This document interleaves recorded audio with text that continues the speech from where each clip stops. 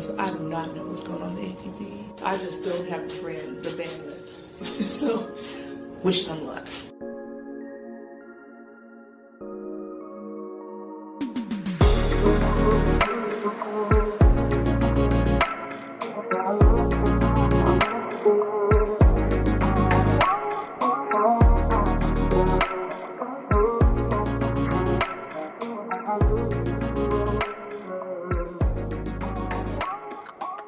Hello everybody, welcome back to The Body Serve. I'm Jonathan. I'm James. We are back from the French Open. Wow, what a moment that was. It's called Roland Garros. It certainly is. A whole discourse about it while we were there. Over here, though. We got back to Toronto today and weren't sure if we're going to record today just because of, being tired. But we plan to put 2 episodes out about Roland Garros. This one focusing sort of on our experience. A lot of listeners seem to enjoy hearing what it's like to be on the grounds of a slam. And the second episode will be more about the tennis itself. So the matches we saw and also just where we are in general with the tournament. Which is by and large a hellscape. Right. That's what I've heard. And we'll talk about the difference between watching a hellscape on TV and actually being at the tournament. Where you don't actually know that you're burning. Right. Somebody has to tell you that you're on fire. So this episode, as you said, it's going to be more about our Paris experience. Not just Roland Garros, not just the French Open, what it was like to be on the grounds, to navigate everything, find our footing, but also our time in Paris as well. The little time that we had outside of the tennis to putz around and see the sights and do the things. Mm-hmm. We had hoped maybe to do an episode while we were there. We did bring our travel equipment to do it, but the room that we were staying in would have been too hot for you to function, to live, to thrive. It is a lot to do an episode there without all of the equipment and everything, and you're having long days on site. And we don't have access to press room or anything, right? We're just there as fans. Coincidentally, we had a fan in the room, but unfortunately the AC was broken in the hotel. So we would have to turn off the fan to give us like a nice sound on the podcast. And I was like, well, I'm certainly not going to be doing that. We also run at different body temperatures. Yeah. It's a fight that I've long given up in our relationship. I just live in whatever temperature you allow me to live in this house. Wow. So let's get this out of the way off the bat, right? The heat. Yes, it was that bad.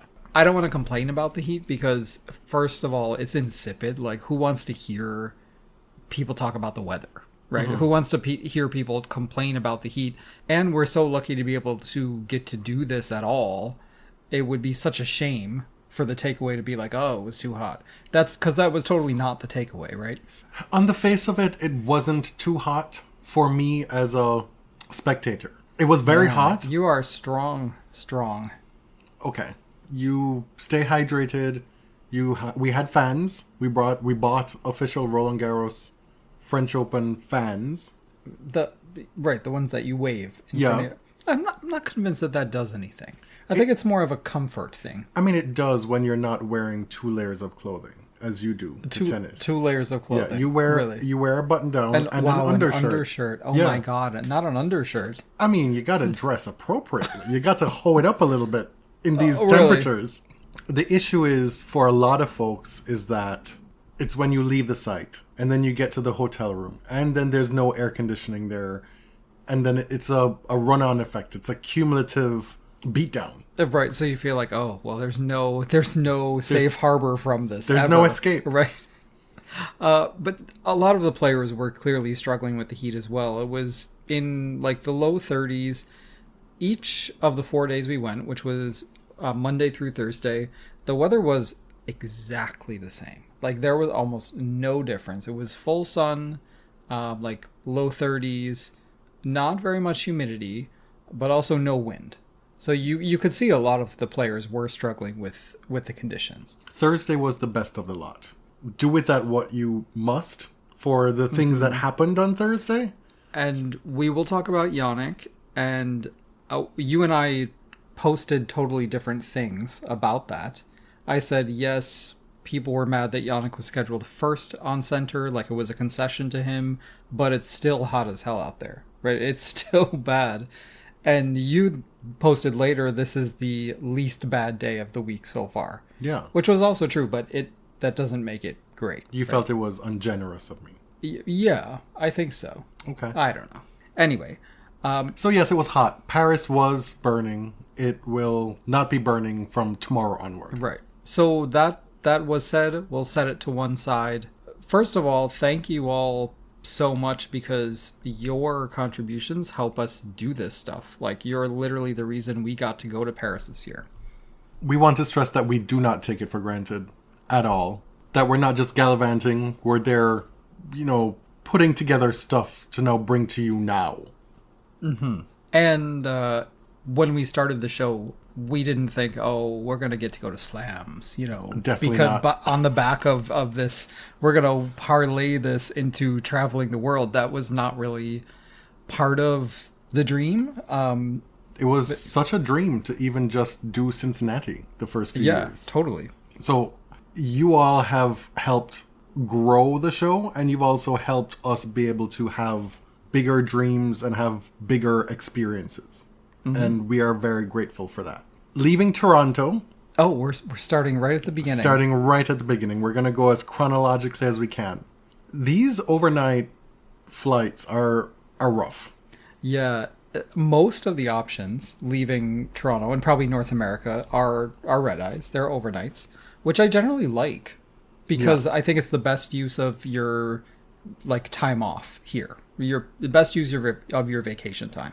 It is, only if you can manage to get some sleep on the plane, which I got maybe 30 minutes. Oh, I don't sleep on planes. At all. At all. So, I think maybe I slept for 5 minutes and then I heard a child screaming. And it woke me up. My main issue was the dude beside me who was coughing. That dude was in the throes of some kind of virus. Some of y'all should not be flying in this condition. It's gross. It wasn't just him. It was what is this life that we live currently, whereby everybody's just hacking up a lung and sneezing everywhere? Well, it's a de-evolution since COVID. It's actually gotten way worse. I read somewhere today that someone suggested that Parisians have become nicer since COVID, which is so wild, because I feel like everywhere else in the Western world, people have become meaner and shorter and for sure more selfish. Yes. I found the Parisians to be lovely. So my first experience in Paris was in 2006. And I, growing up as an American, you hear, Parisians are so rude. Why do you want to go there? And I did not find that to be the case, right? I had a lovely experience. There was some friction with language, right? At that time, there were times when it was hard to navigate not speaking French. This time, that was not an issue at all. The language thing was not an issue.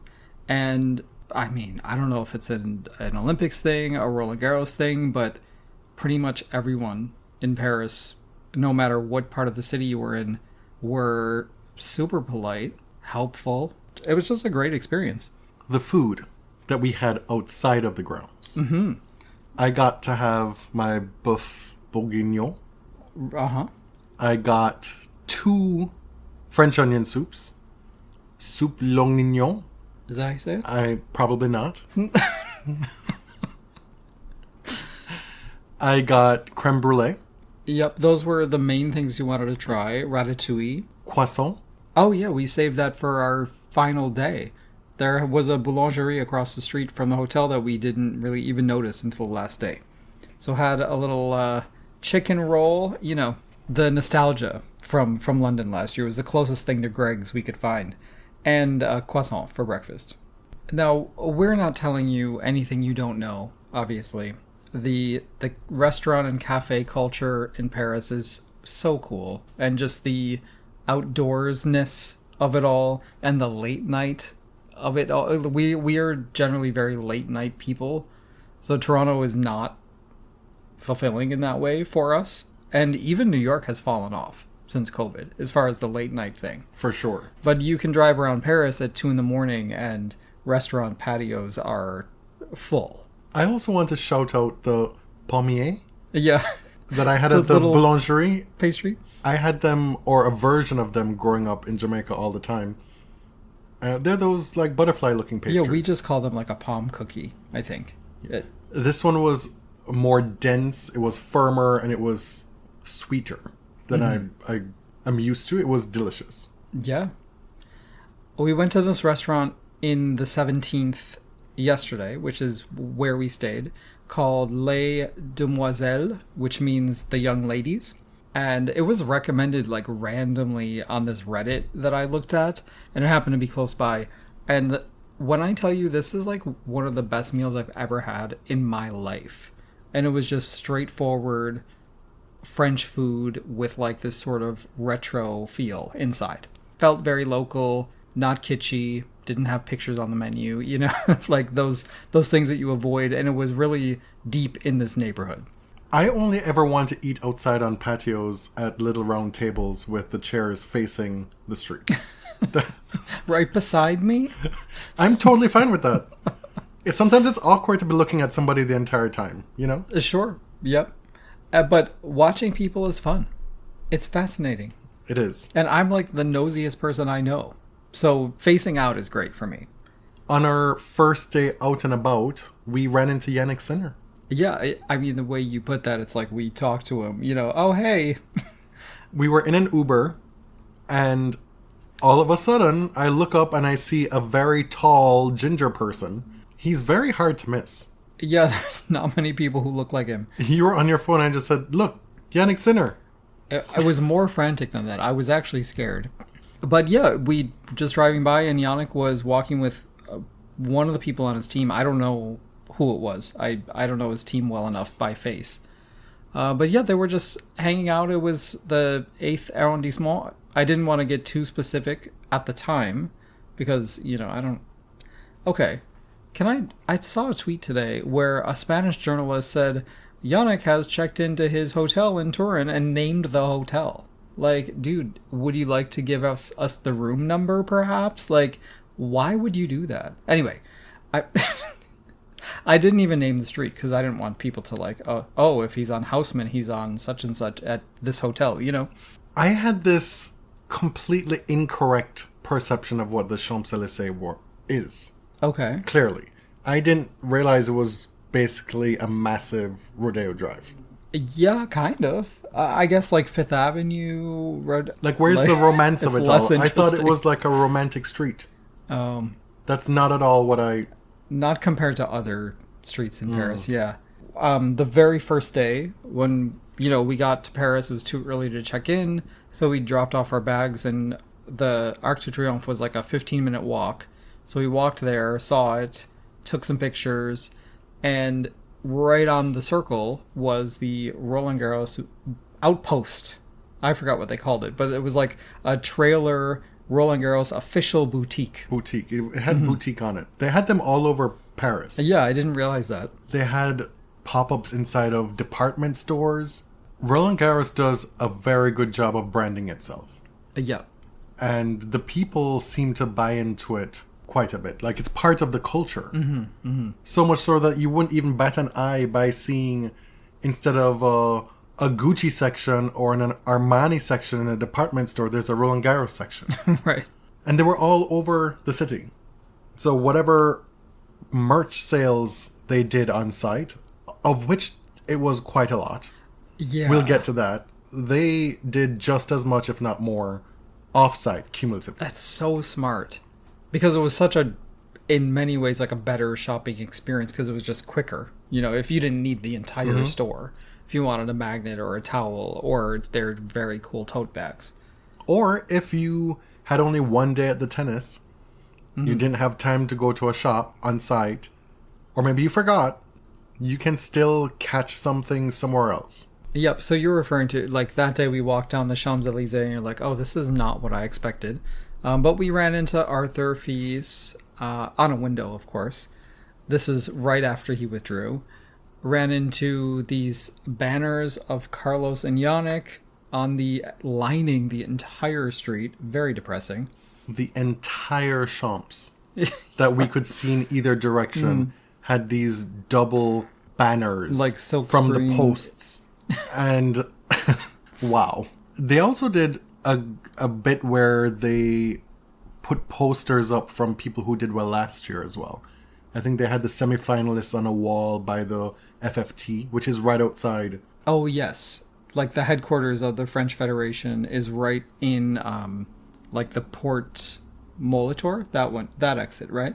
And then Miss Boisson, she was everywhere too. Oh, she is getting her money while she still can. You mentioned we stayed in the 18th? 17th, around this mall. Mm-hmm. We thought it would have been like an easy-ish commute to the site. We clearly didn't do as much research as we should have. 17th is in the northwest part of the city. Roland Garros is in Boulogne-Billancourt, which is like a district to the west. Part of it is actually not in the city of Paris proper, as I understand it, but it's very close. Like, the city of Paris itself is quite small, geographically. But it's accessible by metro, by one line to Port d'Auteuil station, I believe. A lot of buses and everything go there. But our route would have been, like, tram to bus. Mm-hmm. And so, yes, we cheated. Like, we took Ubers a bunch of times, and it was way easier than I expected. So it becomes a little bit addicting if you're running late and you want to get there for a certain thing. You don't need to sugarcoat or like hide behind the fact that we are constantly managing your physical ability to withstand these trips. It's just a fact of our life. I know you don't want to necessarily say that on air, but no, I don't. Being on site, thank you for saying going it. Wow. From match to match, traveling, carrying bags, all that stuff, it's not easy for you. That's and correct. So if at a reasonable price point we can get from point A to point B without having to tax your body more, then we do that. Yeah, the stops weren't even really close. So like the thought of, waiting for a tram and then a bus and then whatever I didn't want to do it. But if you're someone who prefers to Uber, it's, by orders of magnitude, way, way easier than the US Open. But there are a million transit options, and I think the vast majority of people do take the metro or buses to get there. Very easy. Port d'Auteuil is like pretty much right there. The line to get in starts in that plaza, that square. We get to the tennis on Monday. We had Châtelet tickets on Monday, Langlon Tuesday, Wednesday, and then Châtelet again on Thursday. Let's start with approaching the site, because the actual process of getting into the tennis is something that people need to know about as well. Yes. And I found this to be by orders of magnitude more efficient and easier than the US Open. Wimbledon was pretty easy. Wimbledon was super easy because they have a number of different gates that you can enter if you just keep walking. Here, I believe there are 3 main entrances. We typically are not 11 a.m. people, right? Mm-hmm. Like, a lot of people like to be there as soon as the gates open, 10:30, 11. They want to get a spot on an outdoor court, or an outside court. I know a lot of people were at those little round tables having their little coffees at 8:30 a.m. before they walk to the site. They're lavazzas. And that was not us. No, but also you will probably tend to wait in a bigger lineup, a bigger cluster at the gate if you're trying to get there right on time. Yeah. I found if you try to get there for 11:30, there's like nobody there. You literally walk right in. Yeah. One day you decided to go a little earlier and you went without me because I said, hell no. Because I wanted to see someone in particular. I can't remember who, but it wasn't really even worth it because I wasted time waiting. Although it was a good anthropological study, waiting in line. You're walking to the site and then you have pre-bag checks. Yeah. You have multiple staff along the way, people with megaphones giving you all kinds of directions and welcomes. They were so sweet. So sweet. couldn't understand anything they were saying for the most part. Except for, like, welcome to Roland Garros and have a wonderful day. Bonjour. You know? Halfway there, somebody says, open your bag. You open it. They say, carry on. And then by the time you get to the gates, there's some kind of sensor thing going on. Oh, whereby, by the Rafa statue, that entrance, whereby as you walk through the lines, there's a noise that goes off and the person watching the screen a ways away is able to tell if you need to be extra screened. Which I think happened to you one day. Well, they will pat you down either way. Everyone. They right? put you in a different line from me one day. Oh, okay. Yeah, it was really easy to get in, especially if you weren't going when the gates were opening. And, like, the European tournaments are so different from North America because they do, like, tennis in a neighborhood really, really well, right? Berlin was literally in a residential neighborhood. But Roland Garros, like, this site has been here for 100 years, and this district of the city existed before, and it will exist after, you know? And so there are these apartment buildings where you can probably see right onto courts and get free access. And the site itself is kind of bounded by City of Paris parks and gardens. And Simonne-Mathieu especially is really encased by a garden. It's really cool. Before we continue, just to go back a little bit, the beef bourguignon tasted like something I've made before. What? And I know if I've made it... That's like such a humble brag. If I've made it, I know you've had it. Well, I made it. What are you talking about? No, I've made it before. You've made it too as well, I'm sure. Yeah. Just not by that name. No. It was good. That's what I was going to say. Okay. It was good, but I mean, maybe we weren't at a Michelin star restaurant, you know. I don't know. I think I don't really love when red meat is cooked with red wine. I don't really love that particular flavor, but it was still very good. I will tell you, at the restaurant I mentioned earlier, they had a sweet potato mash, and I don't even really... I mean, I like sweet potatoes, but it's not like, oh, I'm going to go out of my way. That sweet potato mash was one of the best things I've ever tasted. Like, hands down. I don't know what the hell they had cooking in there. The Rats who made the ratatouille that I had, I didn't quite enjoy it. I don't know that was really a traditional ratatouille that you had. I'm assuming it wasn't. Yeah. Yeah. It was okay. It wasn't terrible. But I didn't love it. I loved the French onion soups. Me too. And I don't even like onions, so you know that's saying something because I ate some onions in that. I did have my escargot as well, which I love. My mom and I love escargot, and we used to have that growing up. And it's prepared really the same way that you get it here. It's just, I don't know, probably more fresh, hopefully. I also noticed that there was a lot of pesto everywhere, off-site and on-site.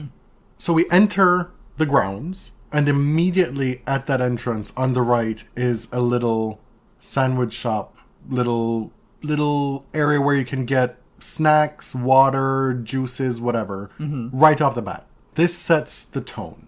At the US Open, it's here's a shop where you can buy things, where you can give us your money. Well, to be clear, these things did cost money. They did, but it's not a sponsored shop. Right. It's just here's your ham baguette sandwich. It's not the exclusive Amex Lounge. Right. It's not La Roche-Posay trying to just give you terrible sunscreen packets, which protect yourself. By all means. Wrap it up every time. It's needed. But you're just going to let me say that and I'm blow gonna by let it? you do that. I appreciated that you could just pop in, get a €3.90 bottle of water if you didn't bring your own, and be hydrated right off the bat. They made being hydrated so easy. I cannot tell you how much I appreciate that. American sporting events are horrible for this. And yes, it was hot, and people could bring in their own water bottles. It didn't matter what the label was on the bottle, and they could refill it. There were water fountains all over the grounds, and there are a number of them that are not heavily trafficked, and I will loop you in if you DM me. I don't want to blow up somebody's spot. There was this one woman I saw with a 2-liter bottle of water that was frozen. She came prepared. And we were both like, where the hell do you freeze that in Paris? Because I've not seen nary an ice cube around here. The capitalism of it all, whereby you cannot bring in your own water because it's a competing brand. And also, we need to take as much money out of your pockets so you can live and survive. At the US Open in particular, Yeah. where they're selling you $6 to $8 bottles of Evian water. Like, let's be for real here. After you've paid $500 for a resale ticket that was bought by a bot on the first day of your Amex presale, that's the vibe. But Roland Garros does really, really well with water all over the site, and it was desperately needed during this first week. Not just water, the misting stations. Oh, yeah. I love At the that. US Open, you have Court 17, 2 little spots on the entire grounds where you can get a little, blow. You can get a little air blown on you. Oh, sure. Yeah. Sure. And next year, you'll probably have to pay for that, too. Here, these little misting machines were everywhere. Yeah. One of the first things you see when you enter, this was the, Port Molitor entrance, is Chatrier.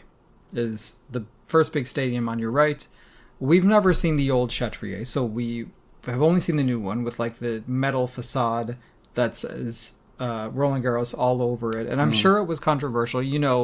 New pieces of architecture in Paris are often very controversial, but to me it was visually striking, and I'm generally not a big fan of the main stadiums at tennis tournaments, but here I really, really liked Chatrier, and it was way smaller than I expected it to be.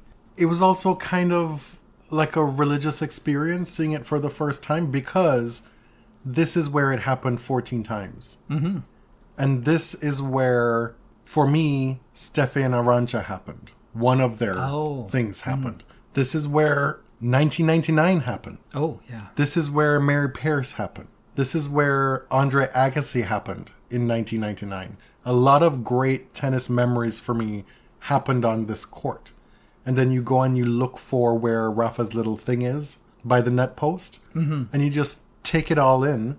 And there's none of the bombast of Arthur Ashe. There's none of the buttoned uppedness of Center Court Wimbledon, which in itself is something to be appreciated in its own way. Right. But it comes with a certain something else. There's the Royal Box and the silence of Center Court and the temple of tennis. We were talking with a bunch of people who we ran into there who said, each slam has its own personality. And I think being there in person helped us understand, okay, this is a unique tennis experience that belongs to Paris, right? It makes sense geographically for where it is. You mentioned something that Roland Garros had the good sense to hide its elite areas out of view, whereas at Wimbledon, they want you to see that you are very much not part of the in-group, and that there's also an in-group to the in-group that even the wealthiest will never be part of because they're not royalty. Okay, so I have a bit of trivia for you here. Okay. Chatrier, Armstrong, Rod Laver Arena, Arthur Ashe. Arthur is the most. Mm-hmm. It's listed here through AI Overview on Google see. search. And then Rod, of course. That it's 23,771. So I would say it's Arthur, Rod, Center, Philippe. What is center? Center Court. What are you talking about? Center Court at Wimbledon. No. Sorry.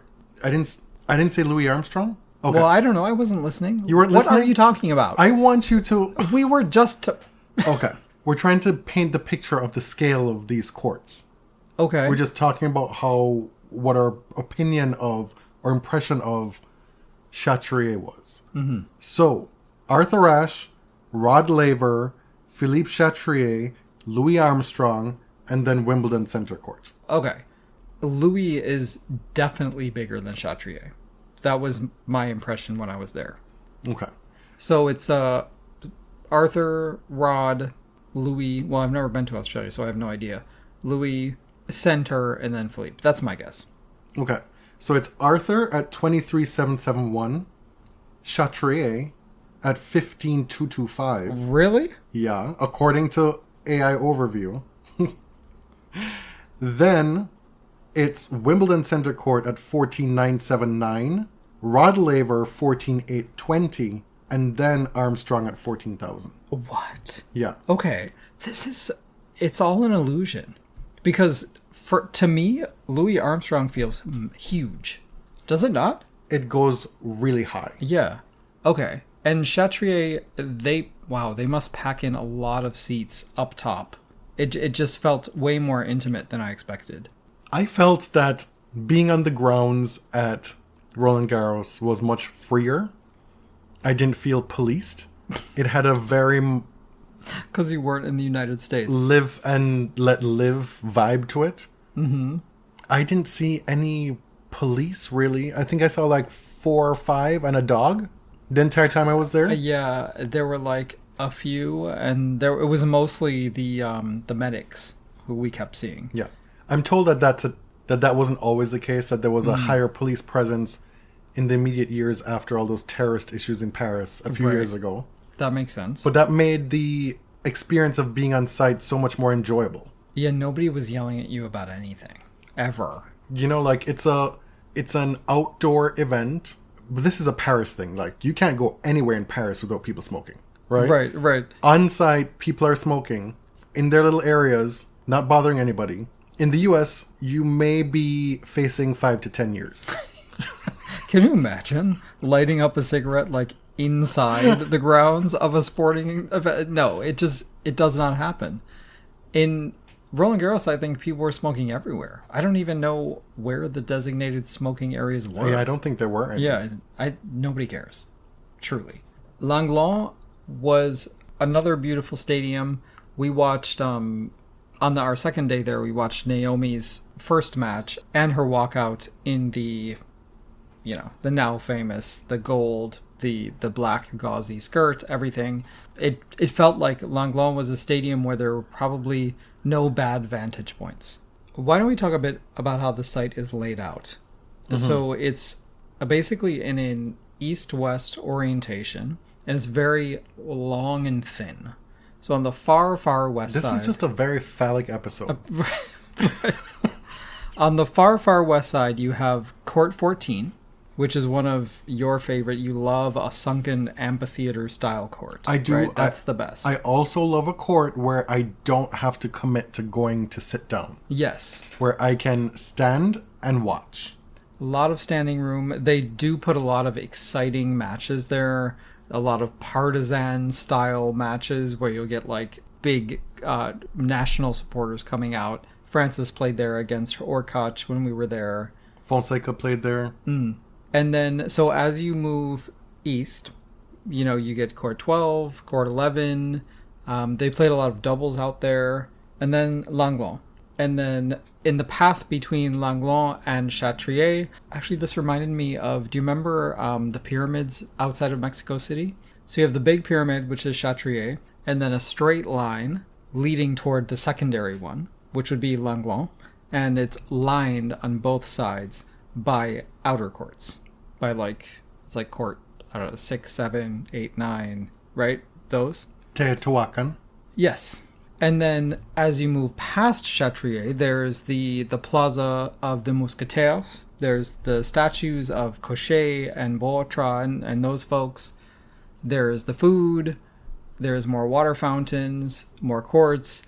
And as you go furthest along, like to the east side, you go through these gardens and finally arrive at Simonne-Mathieu. The island of Simonne-Mathieu. Mm-hmm. So what I did not realize is that the court itself is literally encased in greenhouses. So greenhouses are attached to the court, which is so cool. I never struggled to get on that court. Yes. So general admission is all upstairs. No matter what ticket you have, you can get in that court if there's room upstairs. All excellent vantage points. I loved the court. However, I am a person who I'm really handcuffed by my fear of heights and needing to at least feel safe. if I'm high up. Mm-hmm. And I didn't feel safe in those seats. I was safe, but I didn't feel safe. Right. Because a lot of the areas where it looks like maybe if you drop your phone, it'll fall all the way down to the bottom. There was glass casing enclosing it, but you couldn't really tell. For me to tell, I had to like bend over and look, and then I feel like I'm even more unmoored. Right. And then when a set is over and I'm left there by myself in the stands and nobody's around me to shelter me. To break your fall. Right? I watched so much tennis on that court, but it was not... I was sad because I didn't love being there as much as I wanted to. Saw Madison give an absolute beatdown in her first round. Saw a set of Rublev, which I really enjoyed, against Ugo Carabelli. I saw Naomi out there. Oh, we saw yeah. Felix out there. Mm-hmm. On the first day, I was anxious because it was so busy, it was hot, and there were always lines to these outside courts. And this is something we've talked about at Wimbledon, at the US Open, and I was like, oh God, and if our schedule for Chatrier, for example, isn't that great, am I going to be able to watch tennis anywhere else? Mm-hmm. And the first day I was like, well, I guess not. But then you helped, and you were like, no, actually, if you show a little patience, they let people on constantly. The fact that they now let people in on game breaks and not only changeovers has changed live tennis watching fundamentally. It's revolutionized it. I think they realized that there was a connection between... Because I don't think it had anything to do with patrons' enjoyment. I think they found it was a way to stop the complaints and shift focus from the increasing scrutiny on their capitalist greed in stuffing the grounds with all these people and making it so uncomfortable for patrons, right? But it legitimately has made watching tennis that much better. But something that you're glossing over as well is that you were almost having like a full-blown crash out the first day. It wouldn't be the first time. It won't be the last, You were... I even had to say to like, listen, this is my first time in Paris. If I hear about the heat one more goddamn time. That's why we're not talking about it here. But no, we watched Hodar on Court 7. It was actually very easy to get into because we were on the sunny side and no one wanted to sit there. Mm-hmm. We were, same thing for Townsend and Siniakova doubles. We watched a set of them. First row.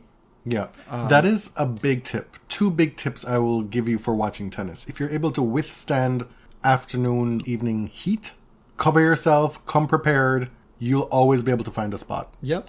Sit in the sun. Nobody wants to be there. Nobody's going to be there. Like you will see on Simone-Mathieu in particular, half of the general admission is full to the brim, and the other half, it's one lady sitting there. Yeah, she was our strongest soldier.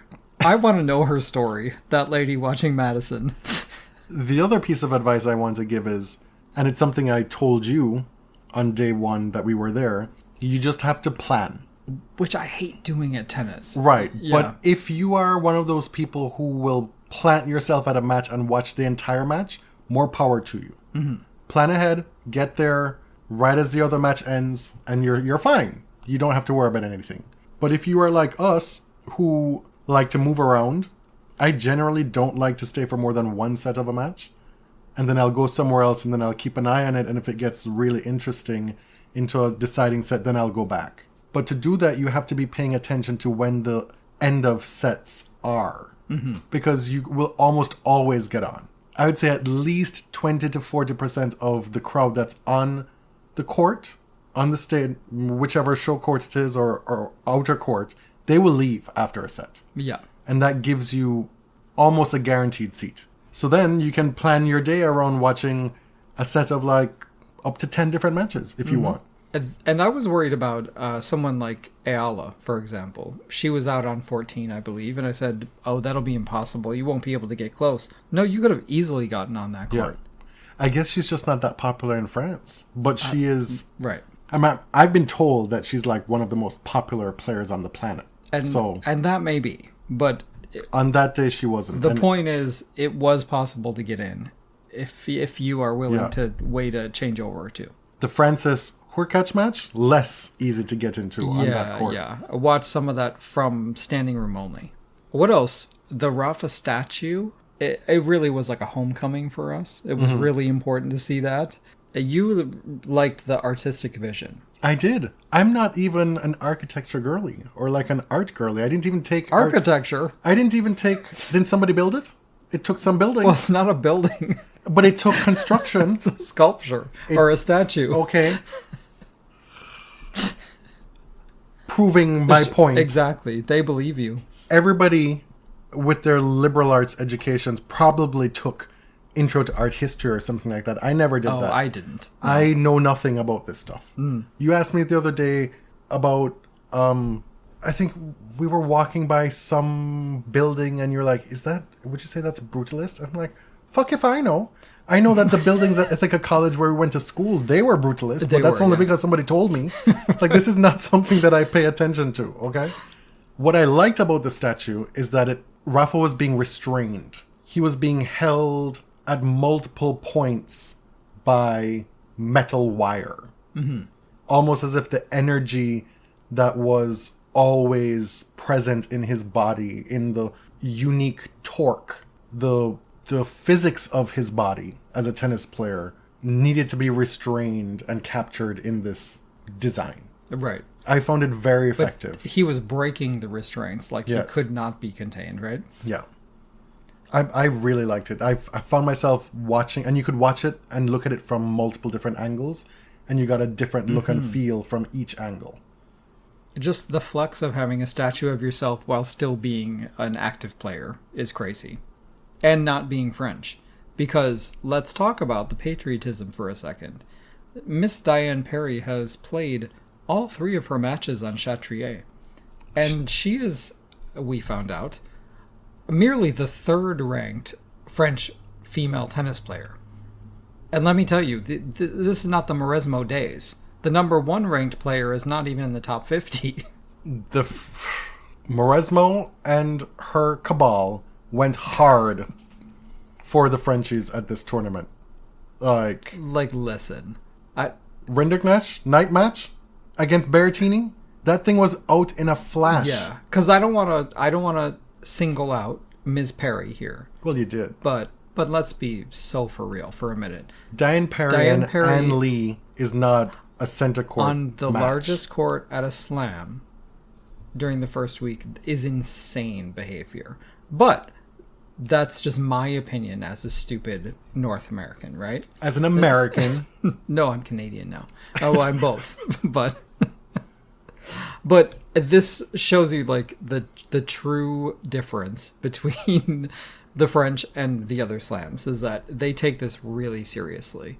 And maybe the French public is into it, right? They want to. I mean, Zverev Halis as a night match. The French has gone hard for Zverev over the years, which is inexcusable in the night matches. They continue to do so. They do. The food and drink at the tournament. I was very impressed. I knew you'd be because there was a lot of fresh food. A lot of fresh food, a lot of hot food, different looks, handhelds, portables. You could get meals. You could get like higher end stuff, but still affordable. Mm-hmm. And to be clear, this is not the restaurants. Like, I don't even know how you get into those things. Yeah. This is just the food court thing, vibes. Yeah. You had the croque jambon twice. That was very good. And I know the French love a, like, melted cheese ham vibe. That was really good. I had a galette-sausicce. I didn't even know what I was getting. I just ordered it, and it was so good. You had this sausage encased in a buckwheat crepe. This hot, thick sausage. Okay. It was also very long. It was also very long. Okay. And it had cheese all over it. Okay. It was so juicy. This is not working for me. Well, actually, you gave it to me, like, do you want a bite? And I looked at it and I was like, no. And that, in this heat? No. It was such a treat. The hot dog, the traditional French hot dog, I didn't mind it. It was very different. A ringing endorsement. I didn't mind it. No, that was like a really thin pencil sausage. Right, with some stuff on it. Yeah. I don't know what that stuff was. Still couldn't tell you. Onions, maybe? There was some mustard in there for sure. Okay. There was like pieces of bread on it too, almost like a croutony thing on top. Okay. And some onions, I want to say. I'll tell you, sadly, I only discovered this on my last day there. The falafel hummus flatbread went off. Like, pomegranate seeds, had this really nice sauce. That thing slapped. I actually had 2 that day. I had the Mediterranean pasta salad. Enjoyed it. Mm-hmm. A lot of basil, a lot of pesto. Bocconcini. Yep. Not a little, a lot. You got a lot of little bocconcinis Right. in there. I appreciate the fruit cup. And they had different fruit every day. See, here you can get your different food groups at a reasonable price. There were Caesar salads that looked fresh as fuck in that little convenience store. Yes. Yeah. I mean, granted, it's like €11, but it looked fresh. But still, that's kind of a steal compared to a lot of other events, you know? Like stadium food, come on. Yeah. And we didn't even talk about the Jardin du Chef. No. So back near Simone-Mathieu, like in the gardens, I feel like a lot of people don't know about this. even on site, yeah, Right. it was like not heavily attended. Yeah. So you hang a left as you walk down that pathway towards Simone-Mathieu. You hang a left, and then you see all this chef garden thing, right? And you have these actual chefs who've created these menus, and there's about 4 stands, and you go, and there's the menu, and the chef is actually there. The chef's picture and like what they're serving today, and the chef is literally behind the line in his or her chef's jacket, and they're the person on the picture. And they have sous chefs who are saying, "Yes, chef." Right. I heard that. And you'd think that that's all that the garden has to offer. But if instead of going toward that area, you just keep going straight, when you make that first left, you just keep going straight. Mm-hmm. Then you get into this secret garden. Yeah. Where they have like their cocktail stand and you can buy rosé. We actually had a bottle of rosé on our last day. That, I mean, in the warm weather, that is just such the perfect nightcap. And a lot of seating, and they had a DJ who was playing a lot of 80s like R&B, like the 12-inch dance versions of these songs. But earlier in the day, they had live music.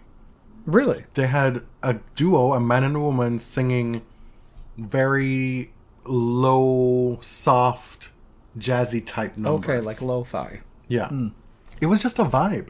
And then they have 2 large screens set up with their orange lounge chairs where you can just go and watch. Just take a beat. Take a moment away. You can sit on the grass or you can sit there and just watch what's going on. Mm-hmm. I'll tell you, after being hunched over at some of these matches, those orange lounge chairs that you mentioned, that felt like laying on the moon. Like, I felt weightless on one of those things. In the Plaza de Mousquetaires, they have at least 100 of those chairs. Oh, yeah, tons. And around 6 o'clock or shortly after the night session people start getting in, that is the hottest ticket. You literally have people standing watch, waiting to see who's gonna get up, and then you see 3 or 4 different people converging on that one spot from all different areas. Yeah. I was one of them at one point. The only thing I would suggest or hope is that there's a little more seating and a little more shade, because long stretches of the grounds feel kind of like a desert, especially past Langlon. When you get to like Court 14, it's very, very difficult to find shade. And so I found myself like I'm sitting on the grass just anywhere up some hill. Isn't that seating? No, I'm sitting in dirt. No, okay, but like the space is kind of limited there. It's not like... No, I understand. Like, and that's the problem. Like, they can't add all these things. If you have more than one day, by the second day, you should be learning your spots, which is what we did. right? Right, but maybe as a 25-year investment, plant some trees. Because they take a long time to grow. See, the problem with all that is how selfish people are. You're going to have people steal, like, quote unquote, reserving 5 chairs in the shaded area with their bags on it. And you can't get any access to it. One thing that I noticed and I posted about earlier this week was that this is not a drinking tournament. And it's a huge contrast to the US Open and to most American sport events and even Wimbledon. And Wimbledon is not like what I would call boozy, but they have the Pimm's Cup, they have people allowed to bring their own bottles of wine and stuff, and the champagne corks popping and all that. The French Open is really, people are not really drinking that much. You don't see people walking around with cocktails. They're not allowed on the stadiums. Like, it's very strict. Mauresmo did away with that a few years ago after an incident with David Goffin. Not him, he wasn't drinking. He was the victim of drunkards. But that was such a huge difference. And it's not a critique, it's just, I guess I was surprised. Well, you're surprised because we're coming from our first slam experience being the US Open, where you have all these bros dressed like golfers walking around with a stack of 12 honeydews cups. Right. And doing, what are they doing? Like balancing challenges off their heads and stuff like that? Oh my God. Like, yeah. It's a disturbing experience. Well, yeah, there's a lot of like frat bro energy at the US Open, but I found in Paris, it seems like a lot of people are there to watch tennis. Amazing. I know, right? Like a novel idea.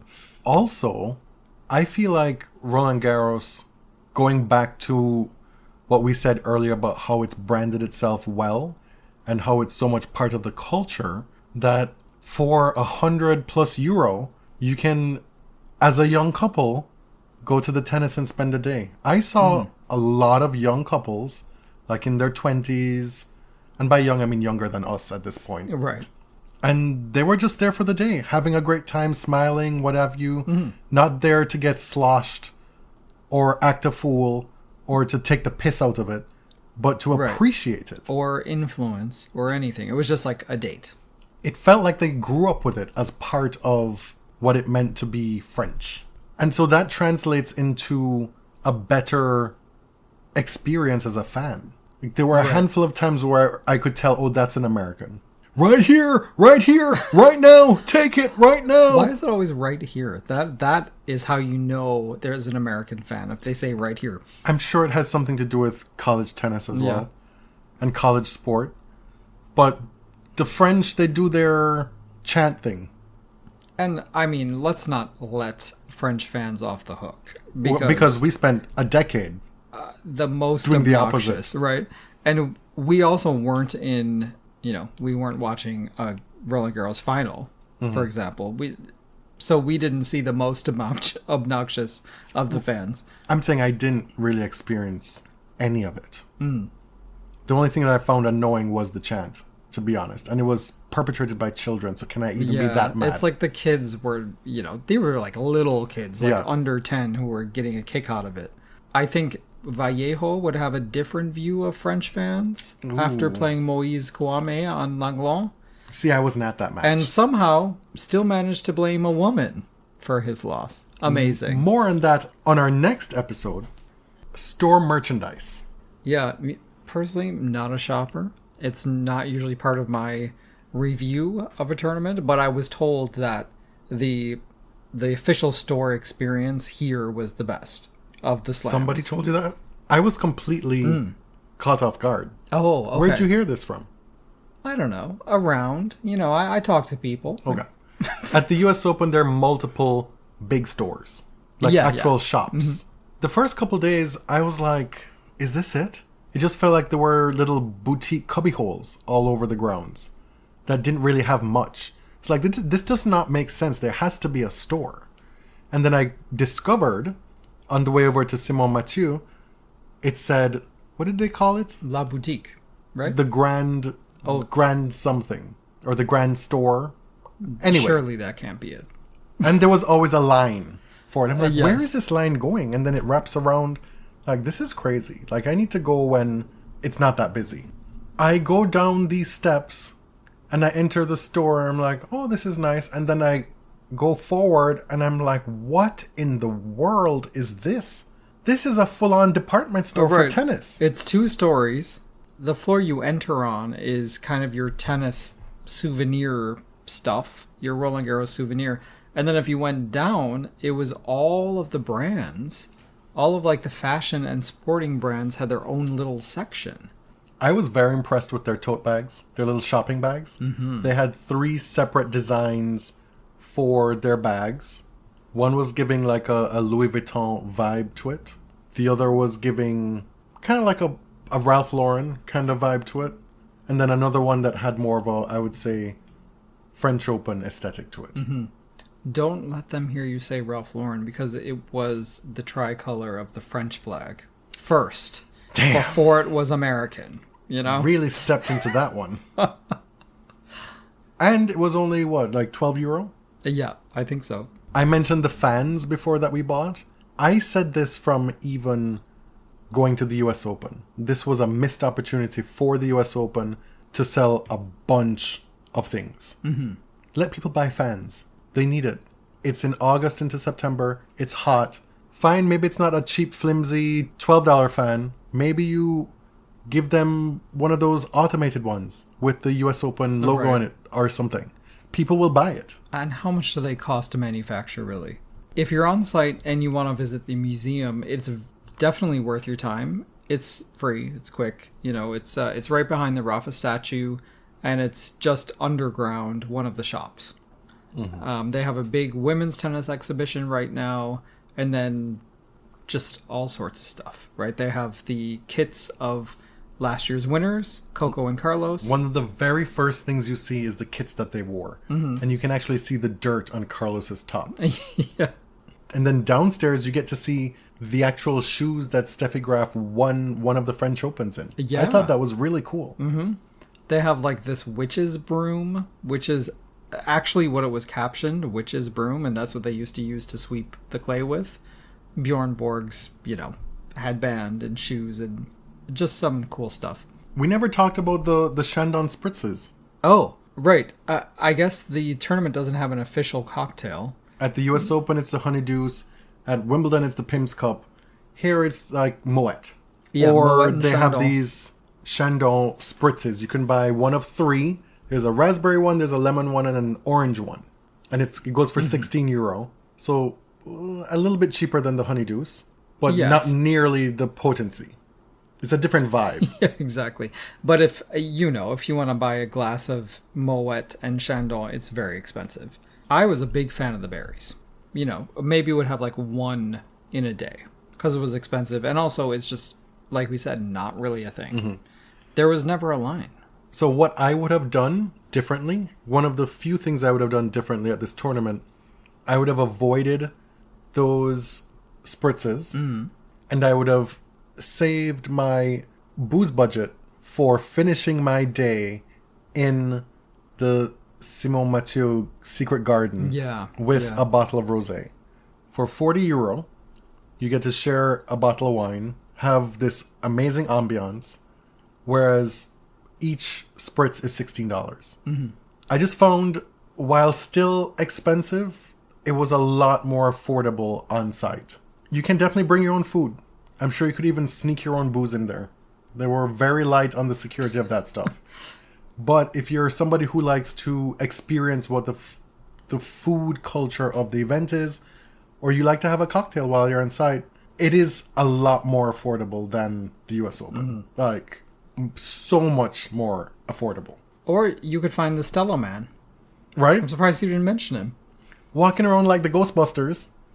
Literally, he has a backpack. Had a tank.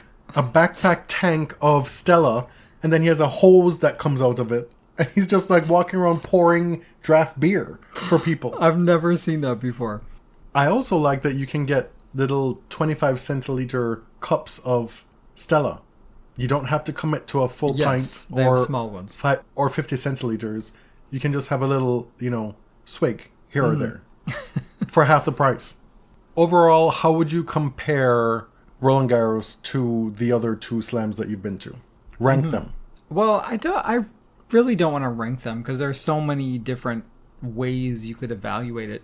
I will say that it exceeded my expectations because I feel like I've heard a lot of people say, oh, the grounds are too small and the experience isn't as great as the other three slams, and I didn't find that. I just found it different, right? I appreciated that it had a very clear personality that was separate from any other tennis tournament I've been to. And so for that, I appreciated it and I really liked it. And you told me during the week, like, okay, think about it without the heat, right? Because that colored a lot of the experience, and it also had a huge impact on the draw. Like we've seen this, right? Yeah. And so I tried to imagine it. Okay, like without the heat, how would it compare to the others? I liked it. I would go back. It might be my favorite of the three. Really? It might just be. I really liked it. It had a je ne sais quoi. Indeed. I've just increasingly found the US Open to be more oppressive year after year.